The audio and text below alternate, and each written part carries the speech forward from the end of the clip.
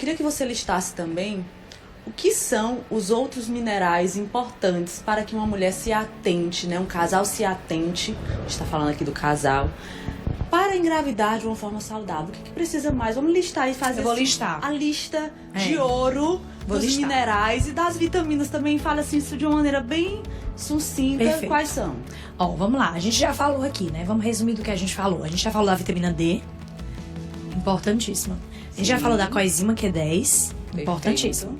Já falamos do metilfolato, né? Maravilhoso. Importantíssimo. Acho que a gente só falou desse. E falamos do ômega 3. Do ômega. Então falamos de 4. Já tem 4 pra vocês anotarem aí, né? Já tem 4. Agora a gente vai falar da vitamina C, que é extremamente importante, que a maioria tem deficiência. Total. A gente vai falar do zinco. O zinco. Rebeca, o zinco é importante. Eu sou fã do zinco, viu? É fundamental. É básico. É básico. Eu vejo o pessoal falar mais do zinco para espermatozoide, né? Pro homem. Mas o zinco, ele é importantíssimo para a qualidade do folículo. E também pro desenvolvimento do bebê. Na gestação, eu preciso suplementar zinco. É um dos minerais mais importantes. O zinco, ele é fundamental pro desenvolvimento do sistema nervoso central. E não se fala. O zinco, inclusive, para as mulheres que já sabem que querem cesárea, por exemplo, o zinco ele é importante para cicatrização, para evitar a formação de queloide, de cicatriz hipertrófica. E eu até falei, um dia desse eu atendi uma cirurgiã plástica, eu falei, olha, prescreva zinco para seus pacientes antes de operarem, porque você quer uma boa recuperação, não quer? Quer uma boa cicatrização? Você entra numa cirurgia plástica com deficiência de zinco, não dá. Não dá, tem que ter zinco, né? Então, zinco, vitamina C, ferro, a gente falou também já no ferro, muito importante. Iodo. O iodo é muito importante para gestação, muito importante para tireoide. Então, assim, a gente consome muito mais iodo na gestação, né? Então, o bebê ele tem uma necessidade 2 vezes mais do iodo. Então, se a mulher não consome o iodo, ela vai ter deficiência de iodo para ela, né? Porque a prioridade é o bebê, até então, né? Então, assim, essa deficiência de iodo também está relacionada a alterações da tireoide.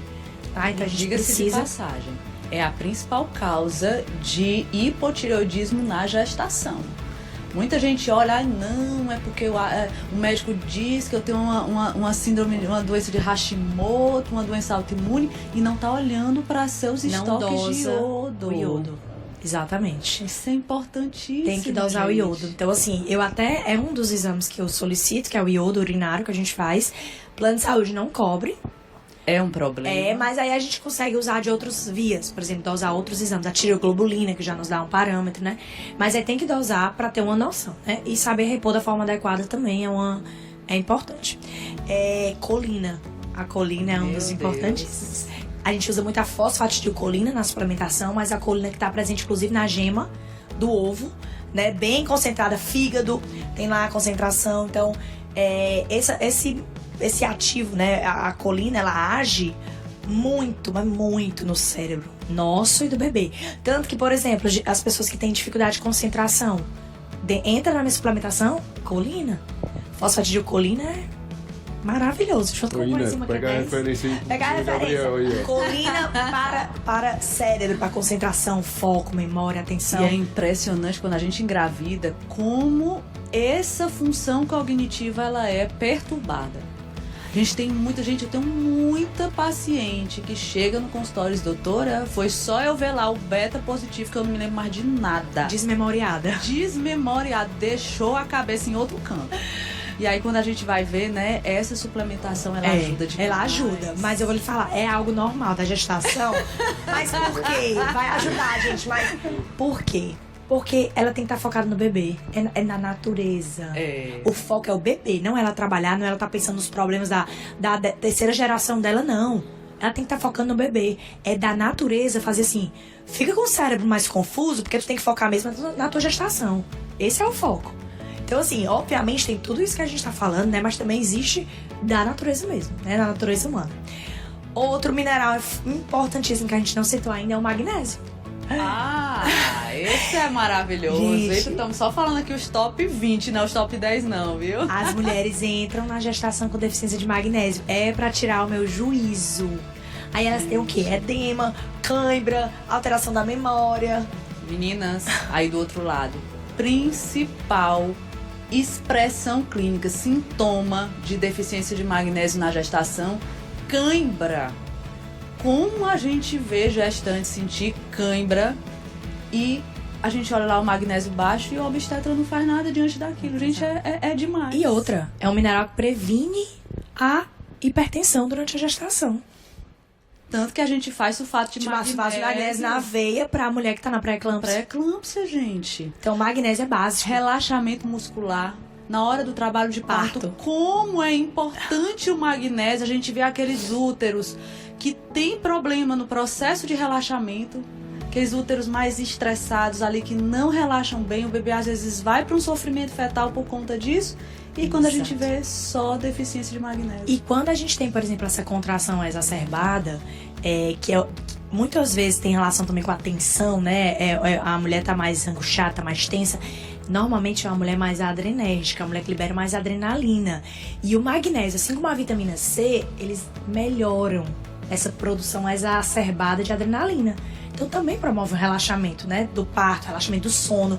E outra, mulheres grávidas, né, elas têm uma tendência a constipar, né? Tem relação à progesterona, tem relação à anatomia que muda, tem relação à hidratação, que muitas delas também, que a água tem que entrar como básico, né? Mas muitas delas não entendem que agora ela tem que aumentar a ingesta de água. Se antes ela bebia 2 litros, não é mais 2 litros, agora você vai pra 3, você vai pra 4. Na gravidez, você tem que aumentar muito a ingesta de água. Até porque quando você for ter o parto, né? No trabalho de parto, você precisa ter sua musculatura hidratada pra não ter laceração, né? Então, ela tem que se hidratar bem. E o magnésio, ele ajuda também no trânsito intestinal. Assim Perfeito. como o sono. Quantas grávidas dizem que dormem péssimas, né? Muitas. O magnésio ajuda no intestino e no sono, na cãibra. Então, assim, não tem o porquê não suplementar. E por isso que no começo a gente falou sobre esses suplementos prontos, a maioria tem uma dose ridícula Aqui, ó, de gente, magnésio. 30 miligramas de magnésio. Quando tem muito, tem 50 miligramas de magnésio. Eu boto pelo menos uns 500 miligramas por dia. Desse jeitinho. É loucura, assim. Então, assim, é o que eu falo. Ali dentro dos polivitaminos, você tem tudo. Só que você tem nada de tudo. Aí você acha que você tá tomando tudo, mas você não tá tomando nada de tudo. Porque as doses, assim, 1 miligrama, 2 microgramas. As doses são, assim, é um cheiro, é pastel de vento. Abre o pastel e grita, queijo. É como abrir o pote ali de suplemento e grita, ferro, vitamina C. Porque não tem nada. Nada de tudo, né?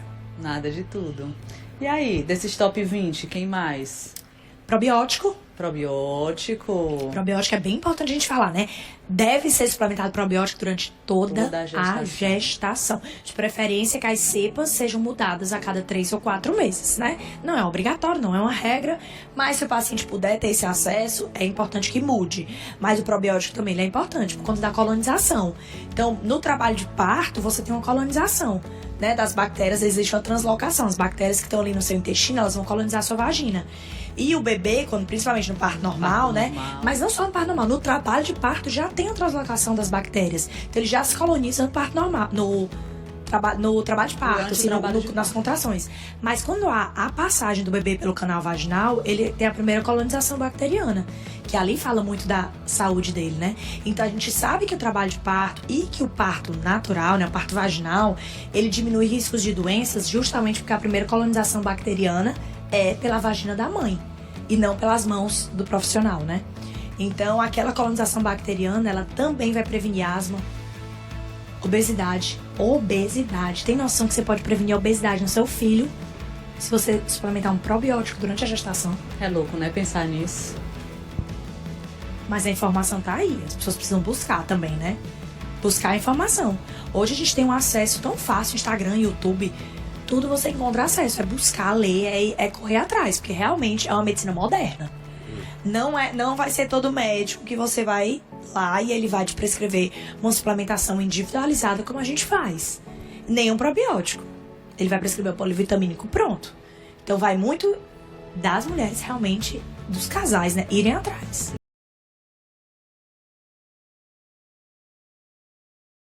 O foco é o bebê, não ela trabalhar, não ela tá pensando nos problemas da terceira geração dela, não. Ela tem que estar focando no bebê. É da natureza fazer assim, fica com o cérebro mais confuso, porque tu tem que focar mesmo na tua gestação. Esse é o foco. Então, assim, obviamente tem tudo isso que a gente tá falando, né? Mas também existe da natureza mesmo, né? Da natureza humana.